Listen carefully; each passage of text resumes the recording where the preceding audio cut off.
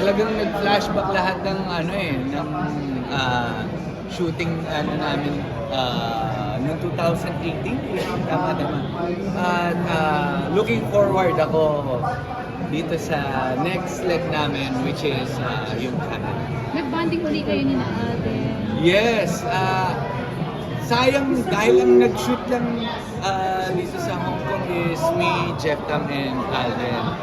Pero Wala si dito sa Catherine? wala si Catherine dahil yung story nasa Canada na siya. So, ayun, this end of July, magsisimula na kami mag-shoot sa Canada for 1 month.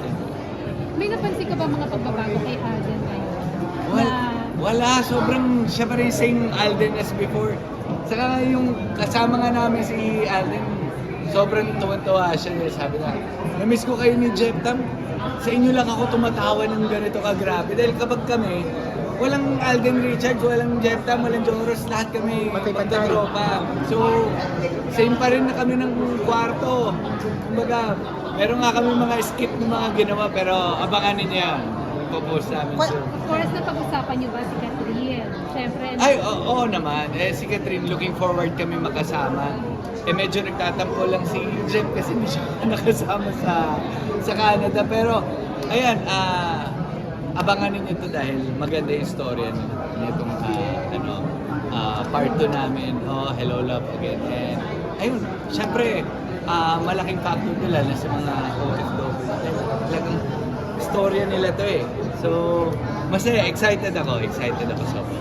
At bilang kaibigan ng dalawa, ikaw ba, boto ka kung sakasakaling mag-level up ang relasyon ni Alden at Catherine? Alam niyo ako kung sino ang para kanino at sino ang mahal nino, doon ako sa kanila. As long as, kumbaga, keep lang nila si God sa center ng relationship nila, all is good ako. Nag-open ba sa'yo si Alden about Catherine? Kasi magkakaibigan kayo, nag-open sa'yo.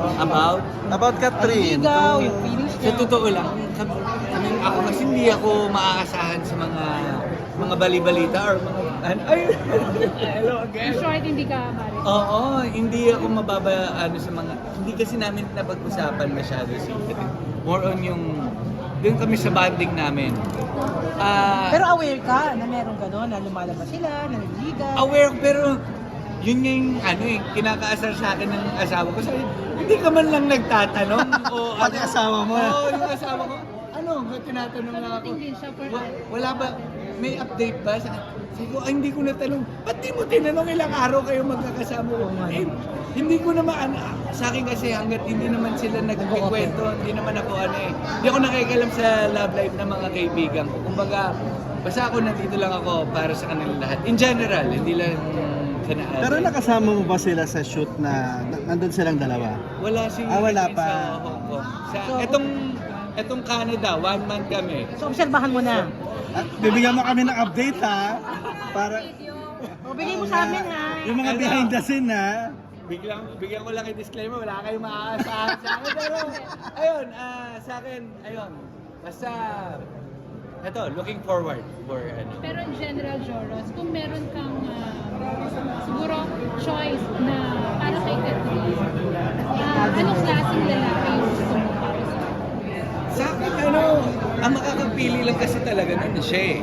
Kumbaga Very safe. hindi naman niya ako magulang eh. Hindi naman niya ako BFF forever din. So, dahil expert ka sa love life, Oo. anong Ultimo nga kay Sandara, tinatanong nila, ano ba? Alam niyo kung sinong gusto nila, basta suportahan ko lang dahil sila naman nakakaalam. Pero anong payo mo kay Alden sa pagpili ng love life na ngayon? Ay, ako naman, Napaliligaw na ang payo kita ko rin, ano payo for mo? everyone, basta mas mahal ninyo yung Diyos sa partner ninyo, okay ako doon. Hindi, para kay Alden, anong payo mo para kay Alden for Catherine? Ay, yun nga, katulad yung sinabi ko, alam nyo, parang lagi nyo lang naririnig, parang pasay na tong basta mas mahal ang Diyos, everything follows. Salamat. Joros? Ay,